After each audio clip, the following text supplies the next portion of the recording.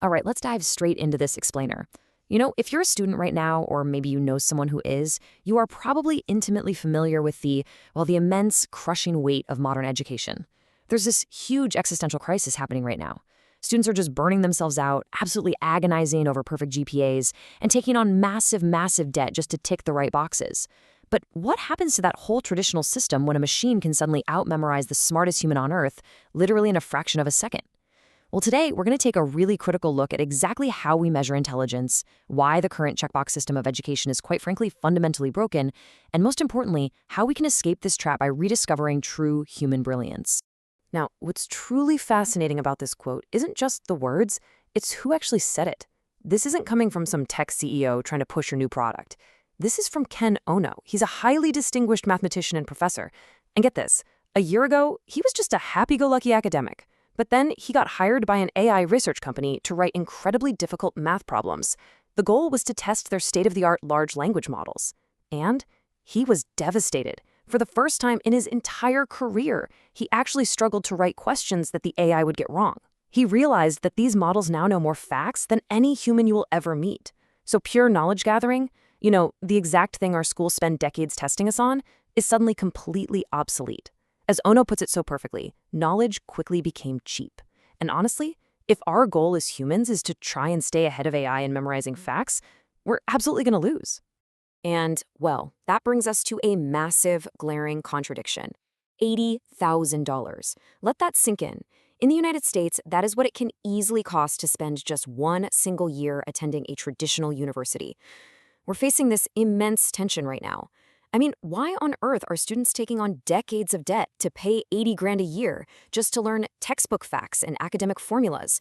Especially when an AI chatbot can give them those exact same facts instantly for practically free and totally at their own pace. It really forces us to take a step back and ask, what exactly are we paying for here? To answer that, Ono provides this absolutely incredible metaphor, and it brilliantly illustrates the massive paradigm shift we need to make right now. He says, look, we shouldn't view AI as a replacement for human genius. Not at all. Instead, think of it as the most extraordinary librarian the world has ever seen. This AI librarian has read every single book, every newspaper, watched every YouTube video. It collects information and it regurgitates facts instantly. But would you want your librarian to be your neurosurgeon? Or say, do you want your librarian acting as an air traffic controller? Of course not, because what the librarian lacks is deep intelligence. Human intelligence is really about generating new ideas, stringing vastly different wild concepts together in a deep way, and actually employing human judgment. That is exactly what we need to start focusing on. So for any stressed out students watching this right now, just take a deep breath, okay? Think about this. Nobody would be interested in watching Usain Bolt race against a motorcycle in the 1-mile run. Man, it's such a perfect analogy. We as a society have completely accepted that machines can outperform humans physically, right? Obviously, a motorcycle is way faster than Usain Bolt, but we still tune into the Olympics to marvel at pure human potential. We need to do the exact same thing with our minds. We have to accept the machine's speed when it comes to fact retrieval and just stop trying to out-memorize the AI motorcycle. It's really time to redefine what human brilliance actually looks like. Because, well, when we don't redefine it, we end up here. Otto actually describes the modern educational path as a literal purgatory for so many people. If you're just following the rules to check off boxes, you run the risk of accumulating $150,000 in undergraduate debt. Then you stress out over your GPA just to get into a professional school, racking up another 200 grand in debt. And then, and this is the craziest part, 3 years into your prestigious, high-paying medical career, you suddenly realize you can't actually stand the sight of blood. But guess what? You can't leave. You're completely trapped in a job you hate just to pay off the bills. This claustrophobic nightmare is exactly what happens when education is driven by anxiety and compliance, rather than genuine passion. But here's the good news. It's a trap you actually have the power to step out of. So I want to pose a question directly to you right now. Is the checkbox system, all the stressful high-stakes testing, the obsession with perfect GPAs, the need for that elite institutional pedigree, is that truly the only path to genius? Or have we kind of just convinced ourselves of a lie? To really answer that, we've got to look at a pretty shocking historical counter-narrative. And let's actually start with Ken Ono himself. Growing up as the son of a strict Japanese mathematician, he was branded the gifted math kid super early on. He was fully expected to follow this rigid, pre-planned path to academic greatness. But as a teenager, he absolutely hated it. He didn't want to be the stereotypical kid locked away doing math while everyone else was out having a life. So in an act of pure, glorious teenage rebellion, he literally dropped out of high school. No joke. He just wanted to be a normal kid and play baseball, the classic all-American pastime. He almost completely walked away from the very system that was specifically designed to make him a quote-unquote genius. But this rebellion actually builds into an even more incredible story. Just as Ono was planning to run away from home back in 1984, a letter arrived. It was from the widow of a famous Indian mathematician named Srinivasa Ramanujan, and she was thanking Ono's father for a donation toward a statue. Now, reading this letter brought Ono's incredibly stoic, serious father to tears. And why? Because Ramanujan was his father's ultimate hero. Just take a look at the timeline of this hero's life. In the early 1900s, Ramanujan flunked out of college, and not just once, but twice. The academic system completely wrote him off as a failure because he was so obsessively passionate about math that he just ignored all of his other required classes. Tragically, he died very young and was nearly forgotten.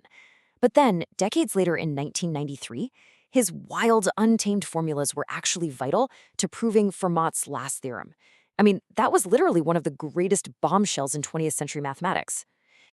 You see, Ramanujan was an autodidact. He was a completely self-taught individual. He literally believed his mathematical formulas were gifts given to him by a goddess during mystic visions. Can you imagine?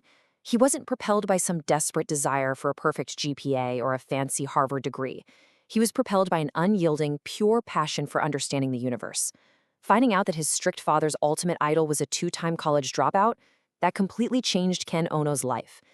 It proved to him, without a shadow of a doubt, that profound intellectual impact stems from untamed, deep curiosity, not from just surviving a high-pressure grading system. So we're ultimately faced with a choice between two totally different paths. The first is what we can call checkbox education. This one is defined by stress, anxiety, and just relentlessly optimizing for test scores. It's driven entirely by a thirst for future reputation and wealth. But then, contrast that with wonder education. Think about a little child playing with a set of building blocks. To them, play is science. They're actually learning about gravity and physics through this deep, joyful curiosity. Wonder education is all about discovering the world and being driven by benevolence. It's like a doctor who truly, genuinely wants to heal people, rather than just write fancy papers about their patients to gain academic prestige. And this brings us right back around to the role of AI and that crazy $80,000 university tuition. AI actually frees us. Think about it. If the AI librarian can instantly provide all the facts and handle the precision tutoring, then our universities shouldn't just be massive testing grounds for memorization anymore. The true value of a university absolutely must evolve. They need to become places that provide human access, places where incredible mentors can step in and nurture undiscovered, totally unconventional talent, just like Ramanujan. They have to provide inspiration and really teach students how to ask the next great questions, the questions that an AI hasn't even thought of yet. Because honestly, that is exactly what your tuition should be paying for. We've definitely covered a lot of ground today. Everything from the slightly terrifying capabilities of the AI librarian, all the way to the inspiring rebellion of the ultimate autodidact. But before we wrap up, I really want to leave you with this final, truly provocative thought from Ken Ono. Who owns your identity? Really think about that. Are you participating in a system just because it's a series of checkboxes someone else told you to tick? Or are you brave enough to step out and act on your own deep curiosity? It is completely time to reclaim your education from the trop of endless testing and just let your genuine wonder lead the way. Thank you so much for joining me for this explainer today, and I highly, highly encourage you to keep questioning the system around you. Keep wondering.